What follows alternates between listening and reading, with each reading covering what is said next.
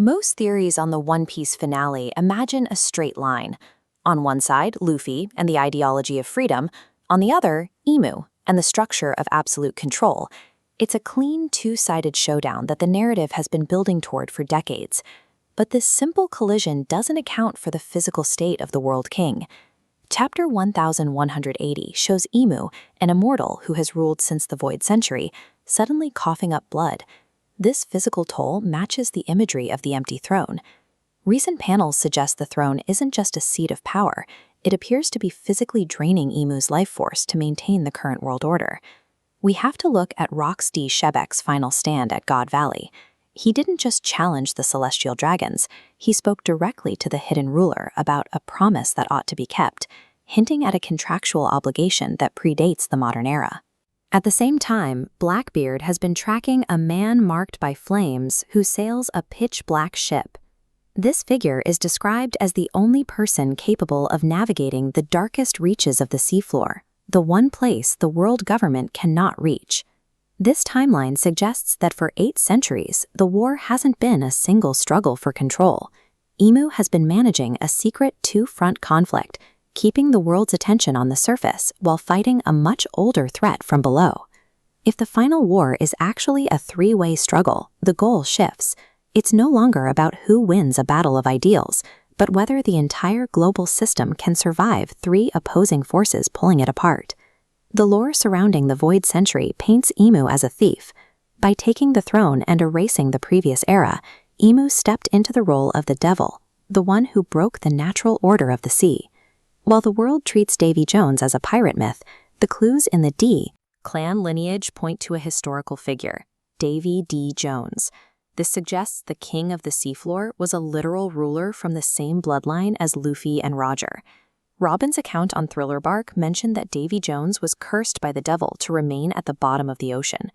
In the context of the Void Century, this curse looks like a targeted imprisonment by Emu to keep the rightful heir suppressed. This connects back to the man marked by flames.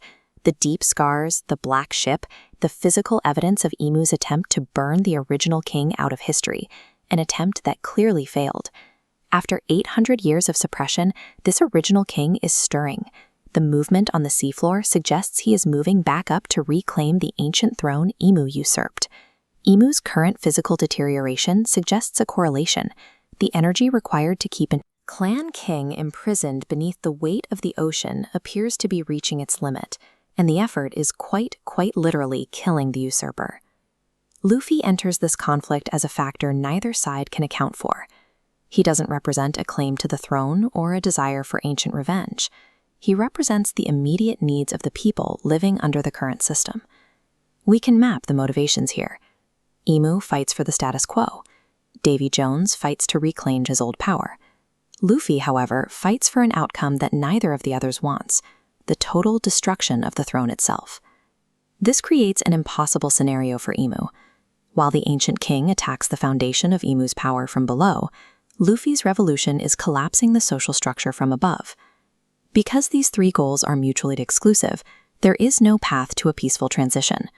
The collision of these 3 kings ensures that the existing world order will be completely dismantled. The 800-year stalemate has reached a point of extreme tension on Elbaf. We are seeing the catalyst in real time. Loki is breaking his ancestral chains, and the giant serpent is physically cracking the Red Line, the massive continent that serves as the world's primary geographic anchor. The Red Line doesn't just divide the sea, its base reaches the deepest parts of the seafloor, where Robin said Davy Jones was trapped. Cracking this structure removes the massive physical weight keeping the man marked by flames in his underwater prison. Emu's omen flames appearing on Elbaf are the final signature. They match the marks on the man Blackbeard is hunting, indicating that the usurper and the heir are finally standing on the same battlefield. Blackbeard is the only player who has studied this 3-way fracture. He's standing in the wings, waiting for the 3 kings to exhaust each other. His strategy is simple. Wait for Emu to fail, for Davy Jones to expend his rage, and for Luffy to break the system, then step into the resulting void. The end of One Piece isn't a victory for one side, it's the total collapse of the old world, leaving a power vacuum that Blackbeard has been preparing to fill since the very beginning.